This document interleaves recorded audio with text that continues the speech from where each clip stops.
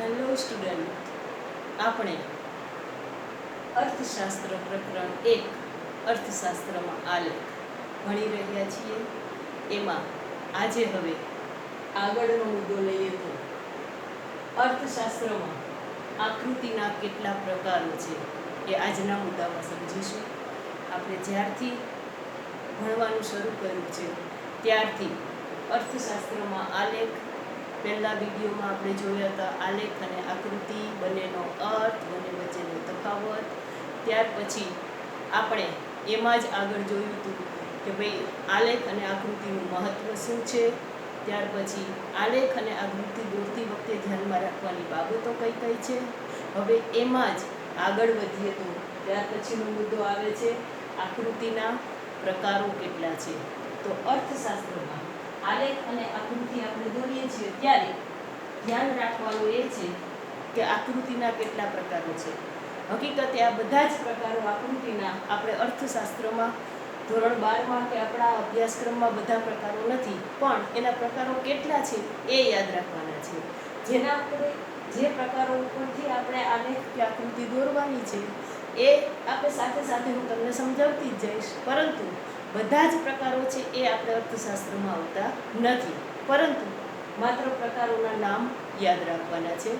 સૌથી પહેલો પ્રકાર છે ચિત્રાકૃતિ, એટલે કે સાવ સામાન્ય માહિતી હોય એને દર્શાવવા માટે જુદા જુદા પ્રતિકાત્મક ચિત્રો દર્શાવવામાં આવે છે. જેમ કે ખેતીની વાત થતી હોય ત્યારે અને એમાં જુદા જુદા વિસ્તારમાં જુદું જુદું વાવેતર થતું હોય છે ત્યારે દાખલા તરીકે કયા વિસ્તારમાં ઘઉંનું વાવેતર સૌથી વધારે છે, તમે ધોરણ 9માં 10માં નકશાપૂર્તિ કરી હશે અને એ નકશાપૂર્તિમાં તમે નકશામાં ઘઉંનું વાવેતર દર્શાવવા માટે માત્ર ઘઉંની ડુંડીઓ દોરેલી હોય તો એ ચિત્રાકૃતિ છે. એ સિવાયનું સરસ ઉદાહરણ આપું તો તમારા મોબાઈલમાં ઇમોજીસ કેટલા બધા છે તમારી ફિલિંગ દર્શાવવા માટેના, તો એ બધા ઇમોજીસ છે જ્યાં બોલવાની જરૂર નથી. લાફિંગ હાસ્ય હોય ત્યારે લાફિંગ કરતું આખું ઇમોજીસ તમે બતાવો છો. એ જ રીતે તમે ખુશ છો, તમે દુઃખી છો, તો આવા કેટલા બધા ઇમોજીસ છે. એ બધું આવે છે ચિત્ર આકૃતિમાં, કે જેમાં બોલવાની જરૂર નથી, એ ચિત્ર દ્વારા જ તમે વસ્તુને દર્શાવી શકો છો. ત્યાર પછી આવે છે વિકિરણ આકૃતિ. આ વિકિરણ આકૃતિ છે એને છૂટાછવાયા બિંદુઓ દર્શાવતી આકૃતિ પણ કહી શકાય છે. છૂટાછવાયા બિંદુ. તો આ છૂટાછવાયા બિંદુઓ દર્શાવતી આકૃતિ, આપણે વિકિરણ આકૃતિ પણ અર્થશાસ્ત્રમાં તો આવવાની નથી. હા, આંકડાશાસ્ત્રમાં નિયત સંબંધ અને સહસંબંધ આ બધું દર્શાવવા માટે વિકિરણ આકૃતિ કે છૂટાછવાયા બિંદુઓ દર્શાવતી આકૃતિઓ દોરવામાં આવે છે. આપણે આ વસ્તુઓ ભણવાની નથી, પરંતુ માત્ર યાદ રાખવાનું છે. એનું બીજું એક ઉદાહરણ આપું છૂટાછવાયા બિંદુઓનું, તો તમે બધા જ ક્રિકેટના ફેન હશો અને જ્યારે ક્રિકેટ મેચ ચાલતી હોય છે ત્યારે બંને ટીમની મેચ જ્યારે હોય ત્યારે એનો સ્કોર દર્શાવવા માટે એક પ્રકારની આકૃતિ અને આલેખ જુઓ છો, અને એ આકૃતિ અને આલેખ જ્યારે તમે સ્ક્રીન ઉપર જુઓ છો ત્યારે બંનેના ક્યારે વિકેટ પડે છે અને ક્યારે કેટલા રન થાય છે, આ પ્રકારના બંનેના પેરેલલ તમે આકૃતિ જોઈ હશે. અને એ આકૃતિની વચ્ચે વચ્ચે તમે જે ડોટ સ્વરૂપે બિંદુઓ જોવો છો કે ભાઈ આ ટીમની આ સમયે એક સાથે 3 વિકેટ પડી ગઈ હતી, આ ટીમે અહીંયા વિના વિકેટે અહીંયા સુધી રન કરી દીધા છે, અને અહીંયા 2 વિકેટ સુધી આટલા રન થયા છે, પણ છેલ્લે એક સાથે એવી 4 વિકેટ પડી ગઈ છે. તમે આવા બિંદુઓવાળી આકૃતિ ક્રિકેટ મેચ જોતા સમયે જોઈ હશે, એને તમે વિકિરણ આકૃતિ પણ કહી શકો છો. એટલે વિકિરણ આકૃતિ છૂટાછવાયા બિંદુઓને જોડતી આકૃતિ છે. ત્યાર પછી આવે છે સમય આધારિત આકૃતિ, જેને આપણે સામયિક શ્રેણી કહીએ છીએ. અને એ આલેખો તો આપણે 11મા ધોરણમાં પણ દોરેલા છે. સામયિક શ્રેણી, સાદી સ્તંભાકૃતિ, પાસેની સ્તંભાકૃતિ, વિભાજિત સ્તંભાકૃતિ, ભૂતાંશ આકૃતિ, આ બધા જ આકૃતિ અને આલેખ આપણે 11મા ધોરણમાં દોરેલા છે. સામયિક શ્રેણી સમય આધારિત આકૃતિ. દાખલા તરીકે ભારત દેશની જુદા જુદા સમયની વસ્તી બતાવવાની હોય ત્યારે 1950 થી શરૂ કરીને 1960, 1970, 1980, 90, આમ 5 વર્ષની વસ્તીનો 5 દશકાનો આંકડો બતાવવાનો હોય અને એ આંકડાને બતાવવા માટે તમે એક આલેખ બનાવો અને એ આલેખમાં અહીંયા આવશે વસ્તીમાં જે કંઈ વધારો થાય છે. આપને ખબર જ છે કે વસ્તી સતત અને સતત વધતી જ જાય છે અને આ 50, 60, 70, 80, 90 આ દશકા દરમિયાન વસ્તીમાં જે રીતે વધારો થયો છે એ વધારો દર્શાવવા માટેના જે રીતે આવા બિંદુઓ બતાવવામાં આવે અને આવા જુદા જુદા બિંદુઓને એક સાથે જોડી દેવામાં આવે તો આને કહેવાય સામયિક શ્રેણી. સામયિક શ્રેણીમાં જુદા જુદા સમય, સ્થળ, કારણ કે અહીંયા સાલ બતાવવાની છે તો અહીંયા x ધરી ઉપર સમય બતાવશું અને y ધરી ઉપર વસ્તીમાં થતો વધારો બતાવીશું. તો સમયના સંદર્ભમાં કોઈ પણ એક ચલ બતાવવામાં આવ્યો છે ત્યારે એ બિંદુને શોધીને એની આખી રેખા બનાવી દેવામાં આવે તો એ સામયિક શ્રેણી કહેવાય.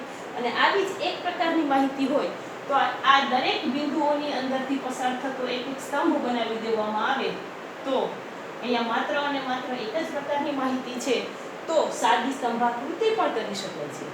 આમ સામયિક શ્રેણી આપણા અભ્યાસક્રમમાં આવે છે અને 11મા ધોરણમાં આપણે આ આલેખ બનાવીને શીખી પણ ગયા છીએ.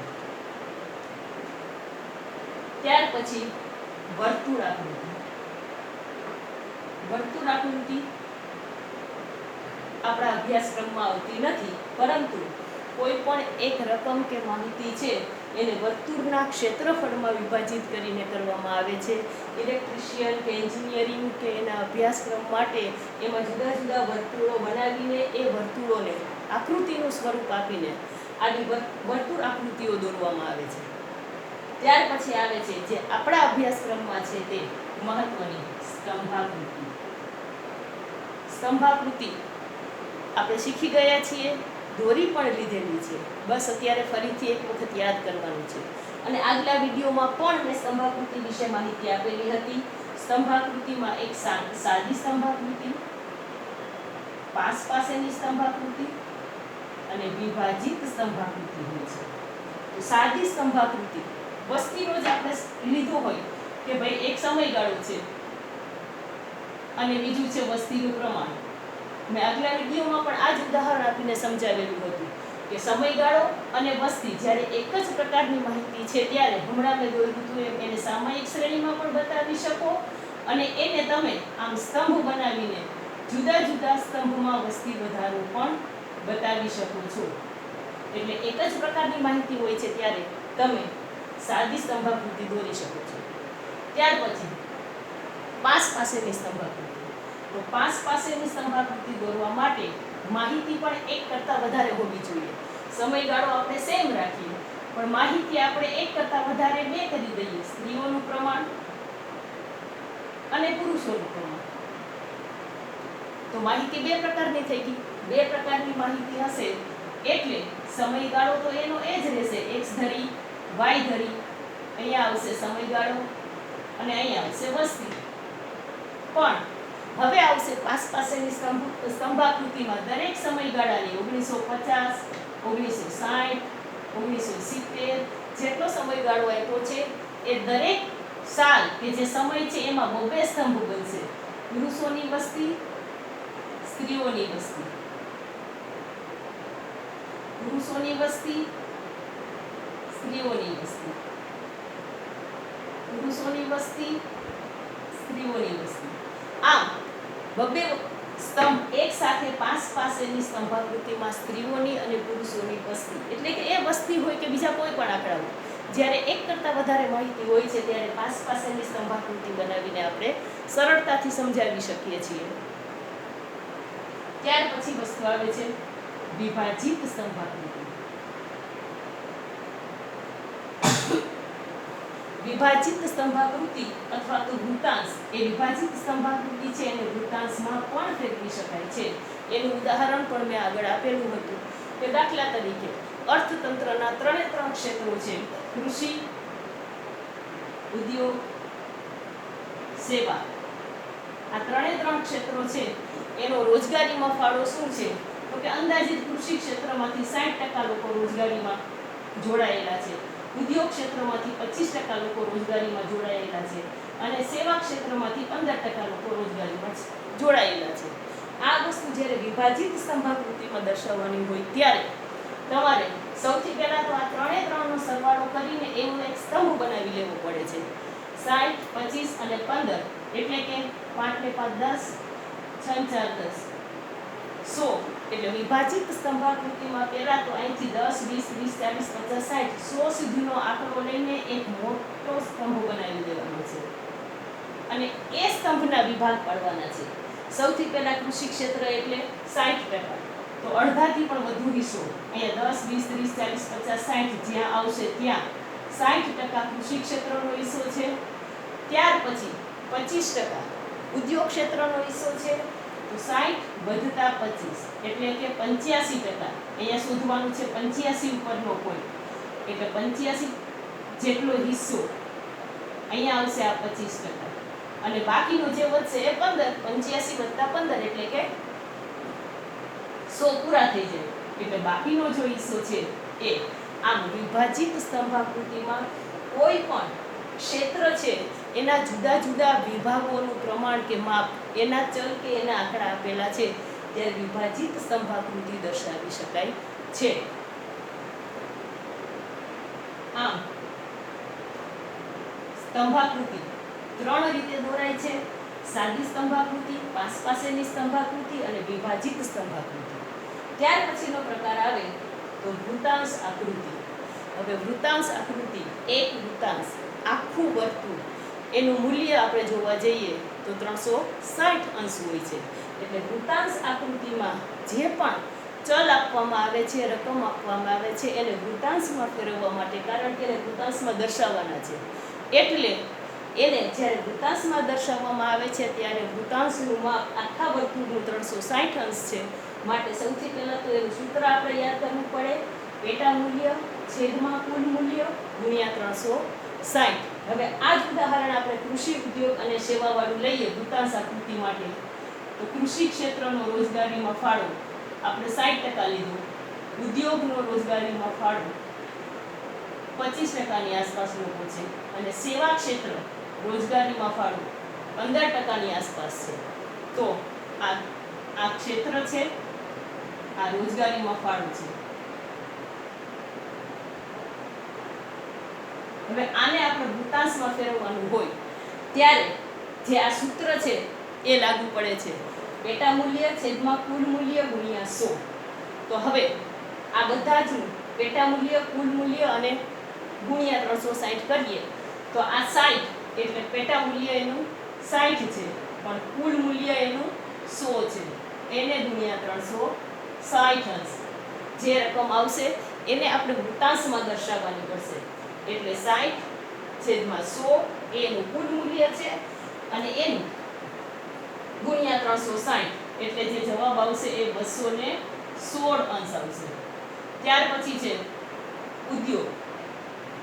ઉદ્યોગ માટે આવશે 25/100 ગુણ્યા 360 અને ઉદ્યોગ માટે 25/100 અને 360 એટલે એનું મૂલ્ય આવશે બરાબર 90 અંશ. અને ત્યાર પછીનું આવે છે સેવા. તો સેવા ક્ષેત્ર એટલે લગભગ 15% લોકો એમાં જોડાયેલા છે. તો 15% લોકો જોડાયેલા છે, તો 15/100 ગુણ્યા 360 એટલે જ્યારે વૃત્તાંશ આકૃતિ દોરવાની છે ત્યારે 360 થી ગુણવાનું ક્યારેય ભૂલવાનું નથી. 15/100 ગુણ્યા 360 એટલે આવશે 54 અંશ. હવે જ્યારે વૃત્તાંશમાં દર્શાવવો, આખું વૃત્તાંશ આકૃતિ છે એ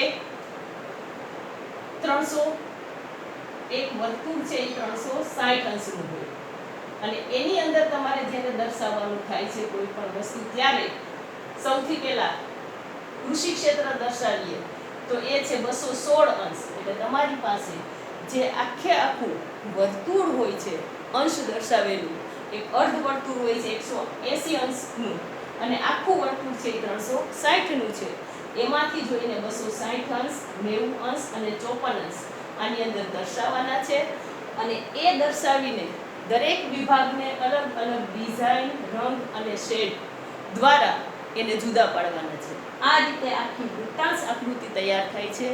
અને વૃત્તાંશ આકૃતિમાં પણ ઘણી બધી વખત એક કરતાં વધારે માહિતી પણ આપવામાં આવેલી હોય છે. જો એક કરતાં વધારે માહિતી આપવામાં આવેલી હોય તો એવા સંજોગોમાં બે વૃત્તાંશ પણ બની શકે.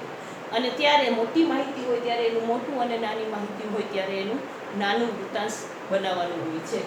આમ આકૃતિના પ્રકારમાં ચિત્ર આકૃતિ, વિકર્ણ આકૃતિ, જે આપણે અર્થશાસ્ત્રમાં ભણવાની છે ને, યાદ જ રાખવાની છે કે દોરવાની પણ નથી.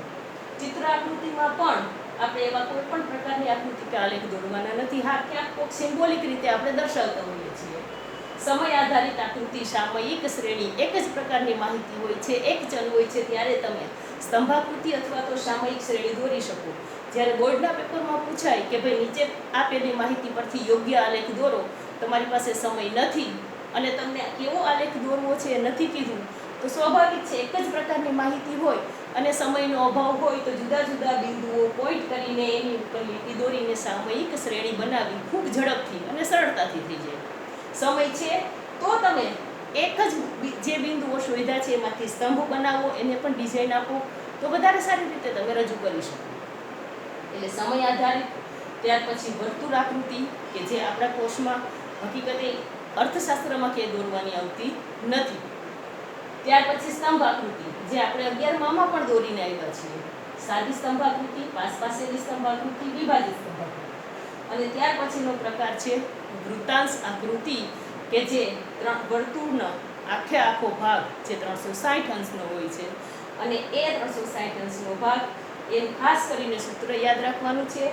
જે રકમ આપેલી છે એની ગણતરી કરવાની છે અને ગણતરી કરીને આવી રીતે આલેખમાં જ્યારે સમજૂતી આપો ત્યારે આ ગણતરી ખાસ કરીને બતાવવાની પણ છે. એટલે અહીંયા આપણે આજે આકૃતિના આ પ્રકારો ભણી ગયા. 1, 2, 3, 4, 5 અને 6.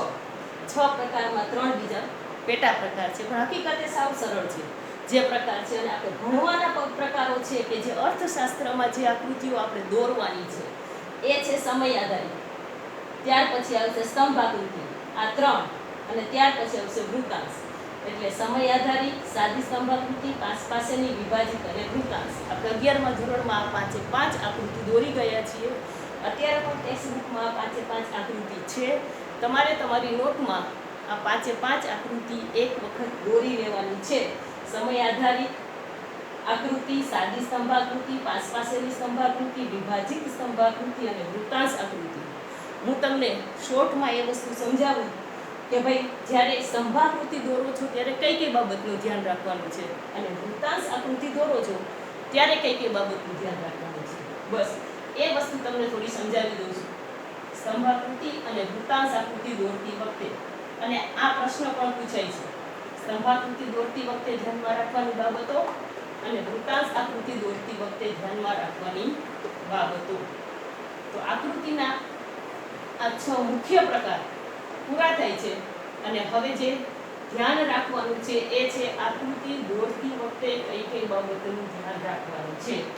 સૌથી પહેલું સ્તંભાકૃતિ દોરતી વખતે ધ્યાનમાં રાખવાની બાબત.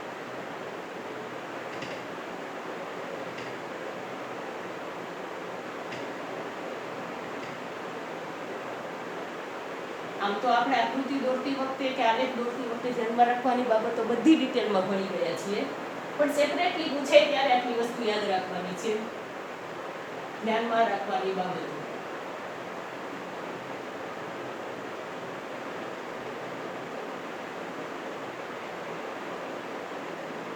તો સૌથી પહેલો તો માત્ર આકૃતિ કે આલેખ દોરતી વખતે ધ્યાનમાં રાખવાની બાબતો છે તો બંને ધરીની જ વાત યાદ રાખવાની છે. બંને ધરી, અને એમાં ખાસ કરીને x ધરી ઉપર શું દર્શાવવાનું છે અને y ધરી ઉપર શું દર્શાવવાનું છે. આગલા વિડીયોમાં મેં બહુ સરસ રીતે ડિટેલમાં સમજાવ્યું છે કે x ધરી ઉપર કઈ કઈ બાબતો આવશે. સમય, ક્ષેત્ર, માસ, દિવસ, આ બધું જ x ધરી ઉપર આવશે. અને y ધરી ઉપર આધારિત છે, પરતંત્ર ચલ છે. x છે એ સ્વતંત્ર ચલ છે. x ધરી ઉપર જે કઈ રાશિઓ બતાવીએ તે સ્વતંત્ર ચલ કહેવાય. અને y ધરી ઉપર જે રાશિઓ દર્શાવીએ એને પરતંત્ર ચલ અથવા તો એને આધારિત ચલ પણ કહેવાય. તો આ પરતંત્ર અને આધારિત ચલ એટલે શું છે? તો કે વૃદ્ધિ દર.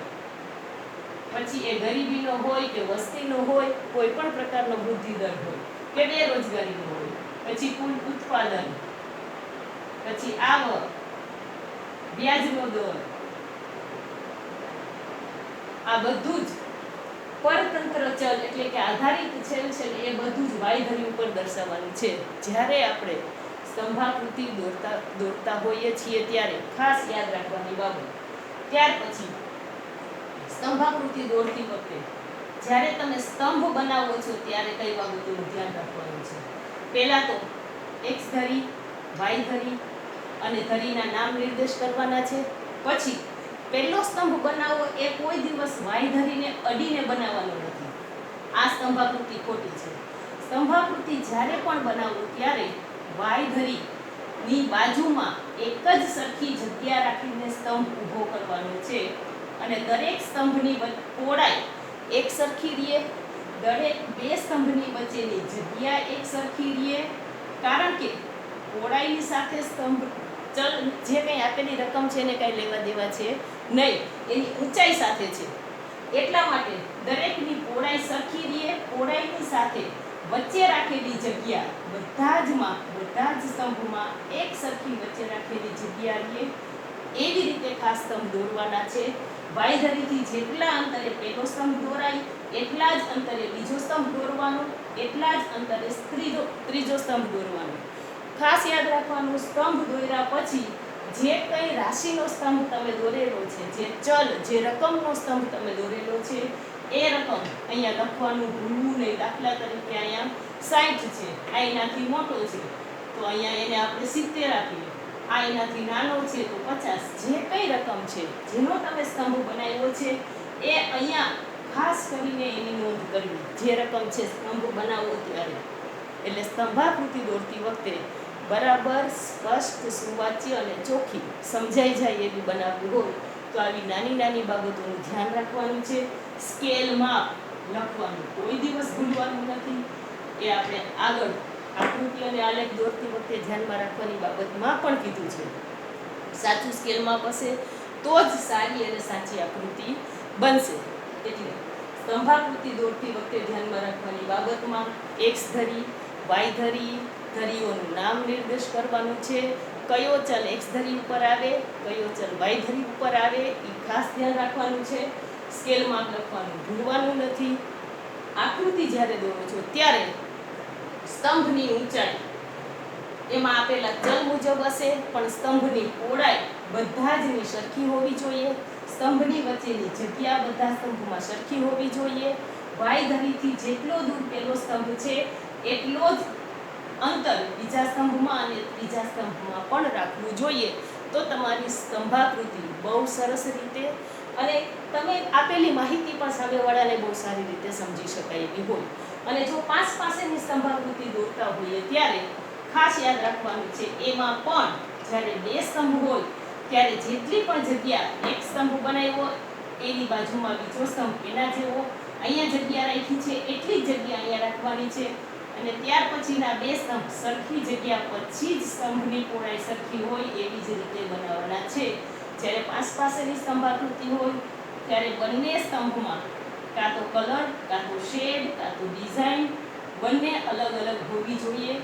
જેથી સ્ત્રીનું પ્રમાણ કે પુરુષનું પ્રમાણ કે પછી બીજી કોઈ પણ માહિતી છે એ ઉડીને આંખે વળગે અને સરળતાથી સમજી જવાય. એટલે દરેક સ્તંભ છે એમાં આ વસ્તુનું ખાસ ધ્યાન રાખવાનું. કલર પૂરો, ડિઝાઇન કરો અથવા તો આછા શેડ આપો, પણ એક સ્તંભથી બીજો સ્તંભ જુદો પડે. એ જ રીતે વિભાજિત સ્તંભાકૃતિ દોરો, એમાં પણ જેટલા વિભાગ કર્યા છે એ વિભાગમાં જુદા જુદા શેડ અથવા તો કલર ખાસ કરીને કરવા. તમારો આલેખ પણ એટ્રેક્ટિવ લાગશે અને માહિતી પણ સ્પષ્ટપણે રજૂ કરી શકાશે. એટલે આટલી વસ્તુ યાદ રાખવાની છે. સ્તંભાકૃતિ સ્પેસિફિક પણ પૂછાય છે કે સ્તંભાકૃતિ દોરતી વખતે ધ્યાનમાં રાખવાની બાબતો કઈ કઈ, અને એ જ રીતે બીજી વસ્તુ પૂછાય છે વૃત્તાંશ આકૃતિ દોરતી વખતે ધ્યાનમાં રાખવાની બાબત। હવે સ્તંભાકૃતિમાં ધ્યાનમાં રાખવાની બાબતો સેમ આપણે આલેખ અને આકૃતિ દોરતી વખતે ધ્યાનમાં રાખવાની બાબતો જેવી જ હતી, બસ સ્તંભ કઈ રીતે દોરવા એટલો ભેદ હતો। પણ વૃત્તાંશ આકૃતિ દોરતી વખતે ધ્યાનમાં રાખવાની બાબતો વૃત્તાંશ આકૃતિ દોરતી વખતે ધ્યાનમાં રાખવાની બાબતો તો સૌથી પહેલી બાબતો તો છે કે વર્તુળનો આખો વૃત્તાંશ એટલે કે 360 અંશ આખું વર્તુળ હોય છે, એટલે એ વસ્તુ સૌથી પહેલું કે વૃત્તાંશ આખે આખું 360 અંશનું હોય। ત્યાર પછી વૃત્તાંશની અંદર દર્શાવેલા દરેક ચલ છે એનો સરવાળો પણ 360 થવો જોઈએ। દાખલા તરીકે અહીંયા આપણે આ 216 લીધા, પછી આ 90 લીધા અને પછી આ 54, 6 4 10, 9 10 ને 16, 360 આ જે આપણે એનું સૂત્ર મૂકીને એમાંથી વૃત્તાંશનો ભાગ કાઢીએ છીએ ત્યારે ટોટલ એનો 360 જાય। આપણે જેટલી પણ રકમ લીધી છે એનો આખો સરવાળો છેલ્લે થાય એ 360 થાય એ જોવું જરૂરી છે। એટલે પેટા વિભાગનો સરવાળો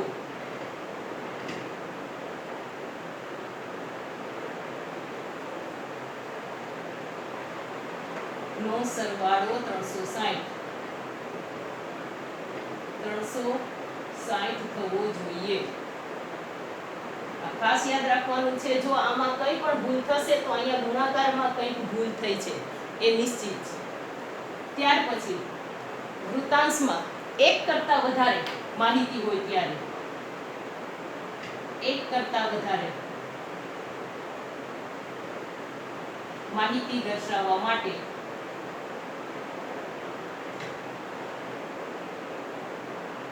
બે વૃત્તાંશ પણ કરવા પડે અને એમાં જેની ઓછી માહિતી છે એનો નાનો વૃત્તાંશ અને વધુ માહિતી કે મોટી માહિતી છે એનો મોટો વૃત્તાંશ કરીને દર્શાવી શકાય છે। એટલે એક જ વૃત્તાંશ આવી માહિતી આપ્યું એવું જરૂરી નથી।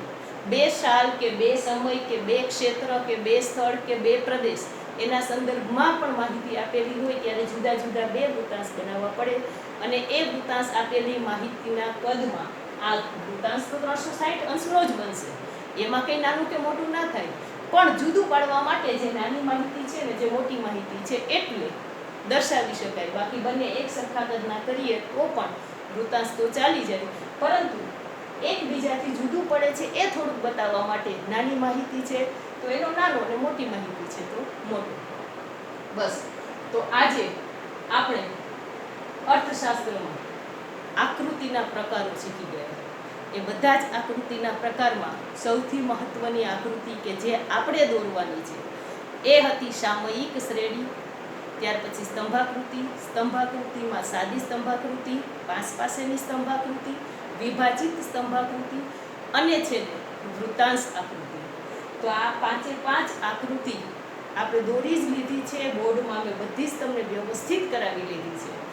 અત્યારે હોમવર્કમાં આ પાંચે પાંચ આકૃતિ તમારે દોરવાની છે અને બીજી બે વસ્તુ રોજે રોજ સાથે કરતા જજો, ભેગું કરતા નહીં તો પછી ઓવરલોડ થઈ જશે।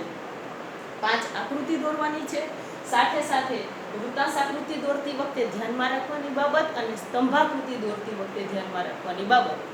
આજે થોડુંક વધુ લેશન હોય એવું લાગે છે, પણ ક્યારેક ક્યારેક થોડુંક વધારે પણ કરવું પડે, એટલે 5 આકૃતિ આપણે આખી દોરેલી છે। ગ્રાફ પેપરમાંથી કાં તો તમારા 11મા ધોરણમાં આંકડાશાસ્ત્રની ગ્રાફ બુક હોય એમાં વધેલા પન્ના હશે તો એમાંથી પણ આ બધી જ પાંચે પાંચ આકૃતિ દોરવાની એક વખત કોશિશ કરજો, એટલે આપણે જે કાંઈ ભણી ગયા છીએ, શીખી ગયા છીએ એ તાજું થાય। અને વૃત્તાંશ આકૃતિ દોરતી વખતે ધ્યાનમાં રાખવાની બાબત અને સ્તંભાકૃતિ દોરતી વખતે ધ્યાનમાં રાખવાની બાબત। હવે પછીનો મુદ્દો લઈને ફરીથી બીજા વિડીયોમાં ટૂંક સમયમાં આપણે મળીશું। ઓકે, નમસ્તે।